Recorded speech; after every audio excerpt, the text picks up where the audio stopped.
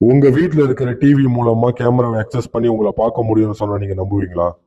ஒரு சில ஸ்மார்ட் டிவில பில்ட்-இன் கேமரா இருக்கும். அது மோஸ்ட்லி வீடியோ கால்ஸ்க்காக பொருத்தப்பட்டிருக்கும். ஸ்மார்ட் டிவி பிளாட்ஃபார்ம்ல நம்ம செய்யக்கூடிய ஒரு விஷயம் டிவியில இருக்கிற கேமராவை அணுகிற அளவுக்கு பிரவுசர் அபியூஸ் பண்றது. கொஞ்சம் எக்ஸ்ட்ரா கோட் இருந்தா கேமரா ஆன் பண்ண முடியும். இப்போ இவருக்கு நடந்தது இதுதான். இது இன்வெசிபிளாவும் செய்ய முடியும்.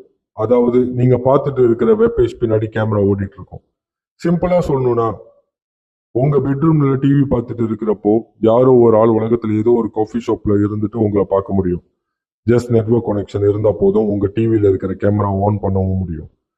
இதுல பயங்கரமான விஷயம் என்னன்னா, கேமரா ஆன்ல இருக்கிறதுக்கான எந்த அறிகுறியும் தெரியாது. ஈவன் ஒரு எல்இடி லைட் கூட இல்லை. ஸோ அது உங்களை பார்த்துட்டு இருக்கோம் உங்களுக்கு தெரியாம. ஸ்மார்ட் டிவி ஏன் எதுக்காக ஹேக்கர்ஸோட பிளே கிரவுண்டா இருக்குன்னு நீங்க யோசிக்கலாம். ஏன்னா அது கம்ப்யூட்டர்.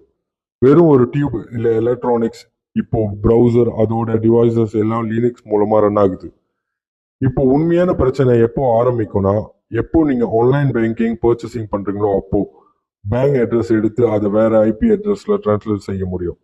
உங்க ஒவ்வொரு அசைவையும் உங்களுக்கு தெரியாம இன்டர்நெட் சர்வீஸ் ப்ரொவைடர்ஸ் பார்த்துட்டு இருப்பாங்க.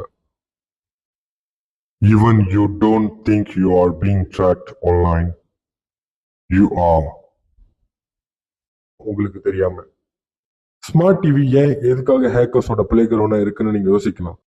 ஏன்னா அது கம்ப்யூட்டர். வெறும் ஒரு டியூப் இல்ல எலக்ட்ரானிக்ஸ். இப்போ பிரவுசர் அதோட டிவைசஸ் எல்லாம் லினக்ஸ் மூலமா ரன் ஆகுது. இப்போ உண்மையான பிரச்சனை எப்போ ஆரம்பிக்கும்னா, எப்போ நீங்க ஆன்லைன் பேங்கிங் பர்ச்சேசிங் பண்றீங்களோ அப்போ பேங்க் அட்ரஸ் எடுத்து